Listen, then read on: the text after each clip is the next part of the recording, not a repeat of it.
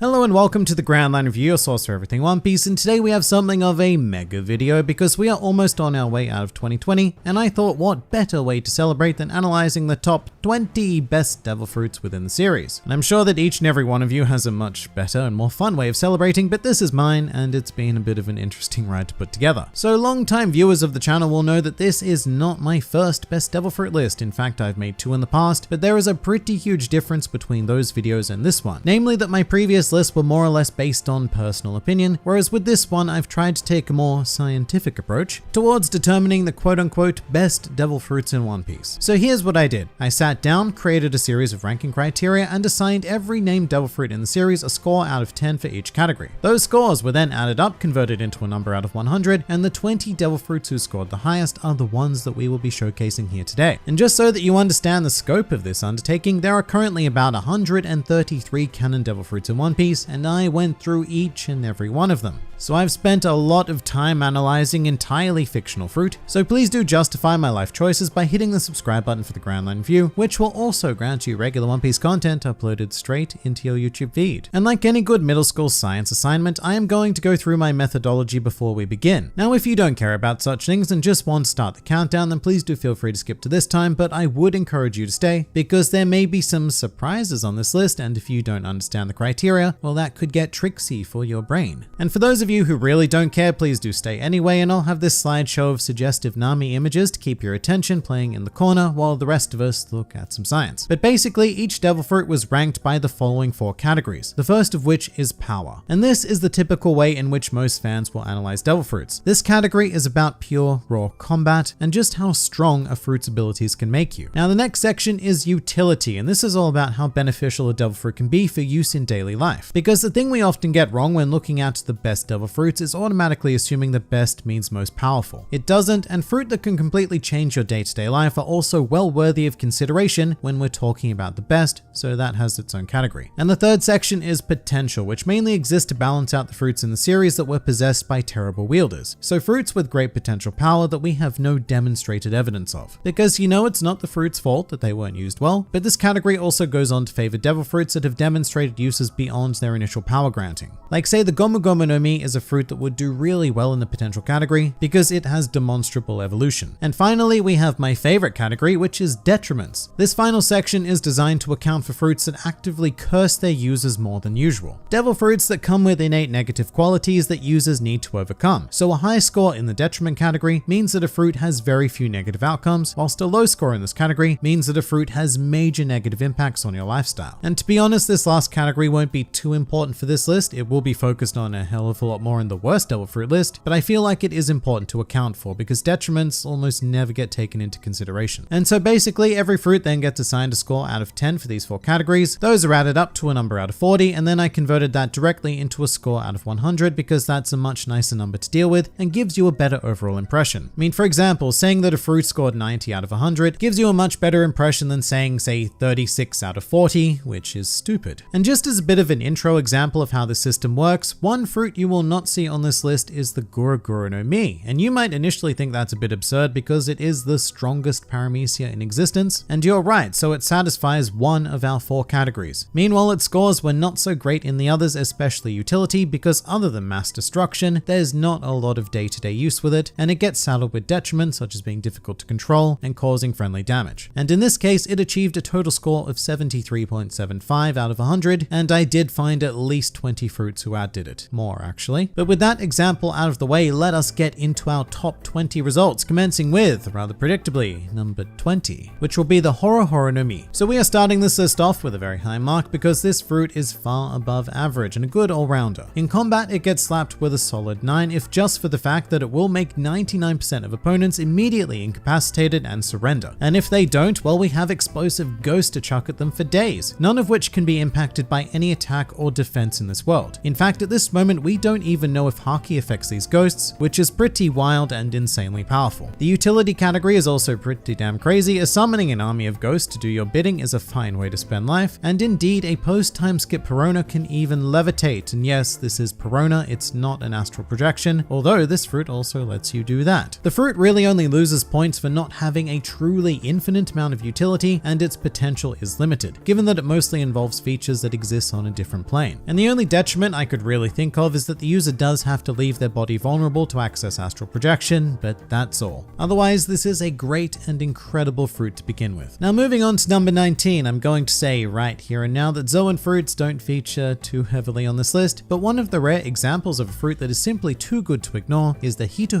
no Mi Model Daibutsu. Because mythical Zoans are always something to take notice of, especially when they come with an innate shockwave ability that rivals attacks performed by the strongest Paramecia fruit. And becoming a big old Buddha does come with some nice utility, because transforming into a giant allows you to do all sorts of things that a regular afro-clad human simply could not. However, I do think that being a giant hits a ceiling fairly soon. It does also have a higher scoring potential because we've really only caught the briefest of glimpses of this thing's full power, and it may very well come with an aspect of mental enlightenment, being a Buddha and all. And as for detriments, turning into a giant is actually a pretty big detriment because it's much harder to control your movement in a society that is unapologetically designed for regular humans, and you would need to be very, very careful when you transform. I mean, for example, if you were to transform on a particular size ship, then the weight of the Golden Buddha might even sink it, so stuff like that is a consideration. But it's still a pretty great fruit, as is number 18, which will be the Magu Magu no Mi. And this is probably a good time to mention that fruits were sometimes tied in terms of overall score, and in that case the tie had to be broken simply by my personal opinion, which is why in this case the Magu Magu ranks higher than Sengoku's Hito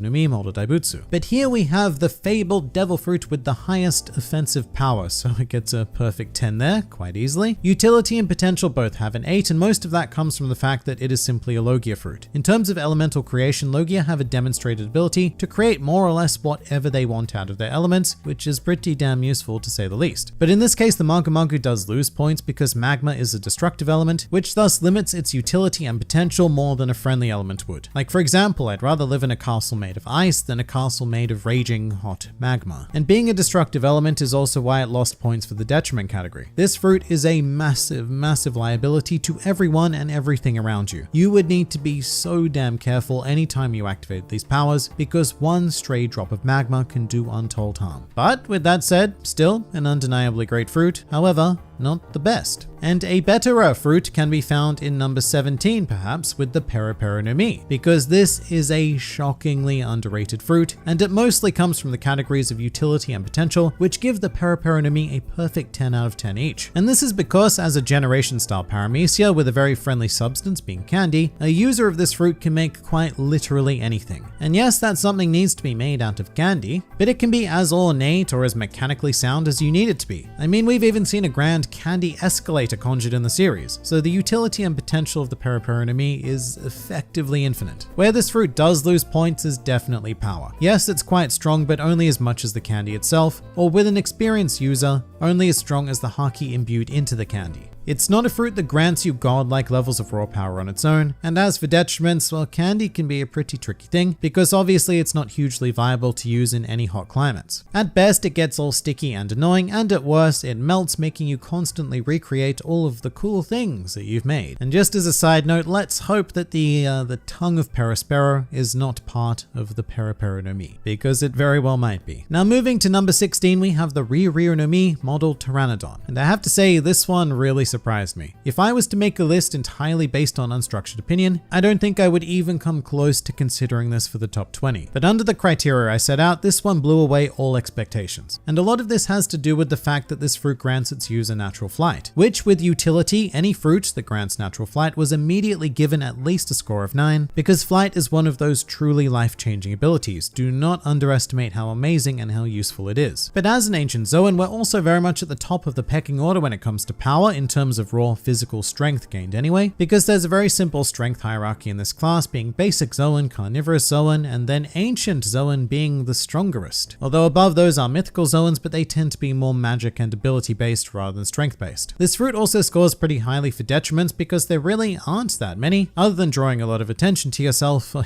being a flying dinosaur. But I have to say, I also can't see a huge amount of potential in it either. I mean, yes, you can potentially awaken the fruit, but I really don't know how much further we can push push it beyond what we've seen. However, what we've seen is still pretty damn cool. Just like number 15, which is the Zushi no Mi. Another fruit now that I think can be quite underrated because being able to control gravity is absolute insanity and is an easy 10 for power. Because I maintain that if you give two people of equal skill the choice between gravity and magma and ask them to fight, the one with the gravity power is almost certainly going to win. This fruit also has a fun non-combative use in that it allows its user to float and transport themselves by lowering gravity. It's a bit of a convoluted method of travel, but it is definitely there. The potential is also pretty sky high because gravity is a core governing principle of existence, so being able to manipulate it opens up a whole new realm of possibilities. It is very tricky to handle though, and like the Magu Magu, it comes with a high chance of collateral damage. Once again, you need to be incredibly careful when activating this fruit's powers, and that leads to its detriment score. And all of that stuff smushed together overall lands the fruit at number 15. But as for number 14, we now have the Ato no Mi. And this one might be a bit of a surprise, but stay with me. This fruit does not achieve a perfect score in any single area, but it comes pretty damn close in all of them. And I think this fruit gets heavily underrated mainly because of its user, Jola, but the seemingly arbitrary ability to turn anyone or anything into modern art is phenomenal. If we're looking at power, this is a one-shot victory. If you get hit by this ability, you're done. And the only way you have any chance whatsoever is if the user did something so incredibly dumb, like getting tricked by a panty-obsessed skeleton. That is the one and only true counter to this fruit. But this is one of those rare fruit powers that will even one-shot an Emperor of the Sea if the ability lands. But transforming those things into art comes with a huge range of utility and potential as well, because you can now control those things and use them to do effectively whatever you want. And furthermore, this fruit has almost no detriments. The only thing I can think of is that it does have a slightly annoying activation requirement, which involves throwing bubbles, and I guess if you don't like modern art, then that might be a bit of a detriment for you, maybe. And that's a shame, but otherwise, this fruit is criminally amazing. And now for number 13, we have the Tori no Mi Model Phoenix. Scoring the exact same as the Ato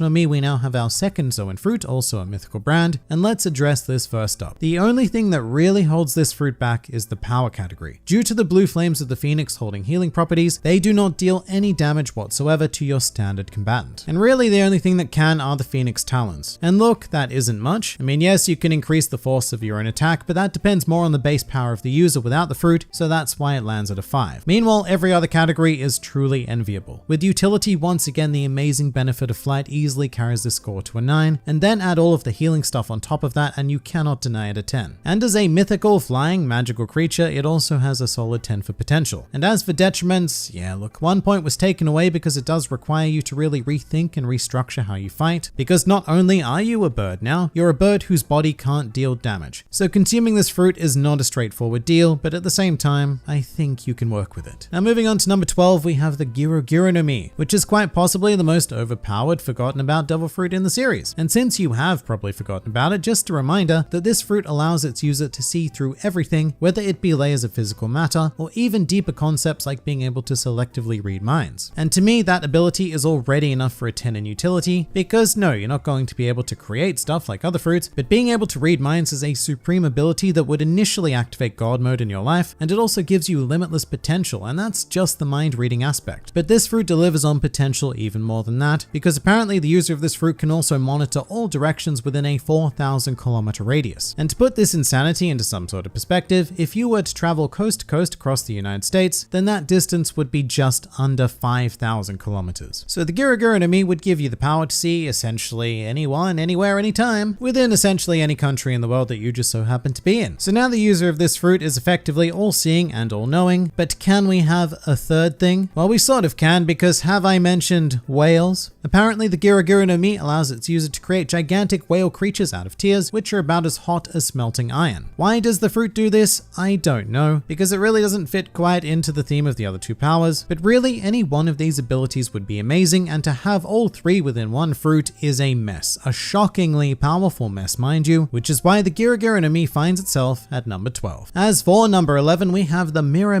no Mi. Mirror, mirror on the wall, who is the worst Charlotte sibling of all? I mean, it's Flampe, obviously. Brulee is amazing. And so is this fruit, because I have one word for you. pocket dimension, which is actually 2 words, but I don't care. I really cannot think of many things more useful and more full of potential than a seemingly infinitely expanding pocket dimension that gives you easy access to quite possibly anywhere in the world you'd like to go, so long as there is a mirror. Storage, transport, defense, you name me a thing and this pocket dimension is almost certainly going to assist you. And that's not even the end of it though, because at least seemingly one conjured mirror acts as a perfect defense capable of reflecting any attack back at an opponent. It's sort of like the Bari Bari no Mi, but better. Although the mirror itself is much smaller than Bartolomeo's barriers, but still it is better. Plus the user can transform themselves into mirror images of targets and then go on to force those targets to imitate the actions of the user due to the logic of mirrors, I guess. Now I will say where this fruit loses points is power, because the only true power it grants is dependent on the opponent of the user. So that could be quite a lot, and it could also be quite nothing. And it also does take a 2-point detriment just due to the fact that it does require a massive series of mirrors, many of whom seem to be sentient as well, by the way, to make the most of the mirror world feature. Easily broken mirrors as well, which is a problem. But still, this fruit is ludicrous and easily one of the best powers that this series has ever showcased. But moving into the top 10 now, we will start with the Ope Ope no Mi, and now we have one of the most broken fruits in all of One Piece. The Ope Ope no Mi is so powerful that Oda really needs to dumb down his writing and just sort of pretend it doesn't exist a lot of the time. The user of this fruit can effectively play God with anyone or anything caught within a room. Cut them up, swap their bodies, remove people's hearts in mini rooms, and teleport things. You can do basically whatever you want. And that's why we have a perfect 10 for power and shockingly high scores for utility and potential, because when you're given the powers of God, that turns out to be pretty useful. What definitely holds the Ope Ope no Mi back is the cost of its use. Firstly, one does need to create a room which puts a limit on the power, and yes, you can extend that room to quite an amazing range, but after a while that will come at the cost of stamina and even potentially life force. And as a further detriment, if you did want to use the crowning ability of the Ope Ope no Mi, being the perpetual youth surgery, well, that will cost your life. So that's a pretty big detriment to me. Still, the rest of the fruit's costs are almost certainly worth the rewards. Moving to number 9 now, we have the Nikyu Nikyu no Mi. Now in very simplistic terms, this fruit gives its user the ability to push things. Push things with plush new paw pads that become permanently affixed to the hands of the user. And this is so much better than it sounds. Much like Brulee's mirror defense, the Nikyu Nikyu no Mi is able to counter any attack the user is presented with, and on top of that, it's also capable of generating its own attacks by pushing and condensing air to the point where it becomes a series of increasingly devastating shockwaves. As for utility and potential, this fruit can either send you or a thing or a person of your choice anywhere in the world. You just get pushed and then 3 days later, you're there, which can also be invoked as a sort of short-range teleport style effect. But the really weird and kind of mind-boggling thing is that this fruit can even push away intangible concepts such as pain, thus resulting in the instant healing of all pain and fatigue. The only real detriment to this fruit is how very hand-based it is, and the user needs to be very on top of their game. And I suppose growing paw pads may also mildly impact your lifestyle, maybe, but that's it. Otherwise, we have yet another ridiculous fruito. And they will only get more ridiculous as we step into number 8, which is the Gasu Gasu no Mi. And now we have our second Logia type fruit to appear on this list, which gives the user the ability to conjure, manipulate, and become gas. What kind of gas, you ask? Well, I guess any kind of gas. This fruit is everything that the Moku Moku no Mi wishes it was. Whilst not being given a super great score for power, the ability to remove all oxygen from any given area is quite notable and will result in an easy victory on 99.9% of occasions. Not to mention all of the other ways to wield gas in combat and your innate Logia state. But given that gas is such a general substance, this is very much like the gravity argument again, because being able to manipulate such a fixture of existence holds so much potential, and as such, it's almost a shame to see it being used as a weapon by the crazed Caesar clown. Becoming gas also allows you to fly through a propulsion system, which as we know is an easy 9 for utility. There aren't that many powers that can change your day-to-day life more than flight. And your detriments are quite minimal. Just be careful not to suffocate or explode those close to you, and bam, you've got yourself one fine fruit. Perhaps not quite as fine as number 7 though, the Ito Ito no Mi, because this fruit is ridiculous. The ability to create and manipulate strings has been seriously abused in One Piece. As with most generation style paramecias, the Ito Ito no Mi was given a magnificent score for utility and potential because, as demonstrated by Doflamingo, you can essentially craft anything. Living puppets, giant bird cages, entire string clones that come complete with realistic coloring somehow, and even temporary internal organs. Add the idea that these strings are both incredibly sharp and nigh on unbreakable, and that gives us a solid score for power as well. The only thing that even mildly lets down the team here is the detriment area, because this fruit can't just be used by anyone. It takes a pretty sharp-minded individual to make the best use of the Ito Ito no Mi, and given how crazy powerful these strings are, there is also a huge chance of unintended unintentional damage or even death caused by whimsical activation. So